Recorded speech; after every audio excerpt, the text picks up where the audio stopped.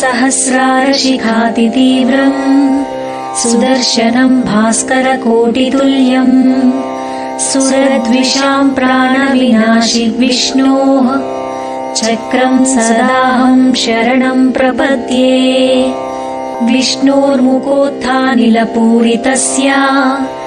यस्य ध्वनिर्दानवदर्पहन्ता तम् पाञ्चजन्यम् शशिकोटिशुभ्रम् शङ्खम् सदाहम् शरणम् प्रपद्ये हिरण्मयीम् मेरुसमानसाराम् कौमोदकीम् दैत्यकुलैकहन्त्रीम् वैकुण्ठवामाग्रकराभिमृष्टाम्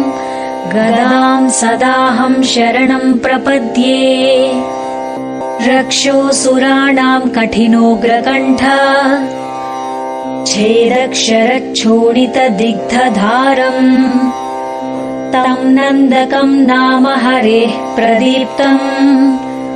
खड्गम् सदाहम् शरणम् प्रपद्ये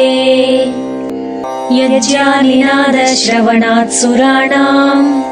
चेतांसि निर्मुक्तभयानि सद्यः भवन्ति दैत्याशनिबाणवर्षी शार्ङ्गम् सदाहम् शरणम् प्रपद्ये सशङ्खचक्रम् सगदासि शार्ङ्गम्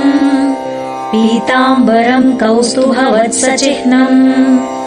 श्रिया समेतोज्ज्वलशोभिताङ्गम् विष्णुम् सदाहम् शरणम् प्रपद्ये।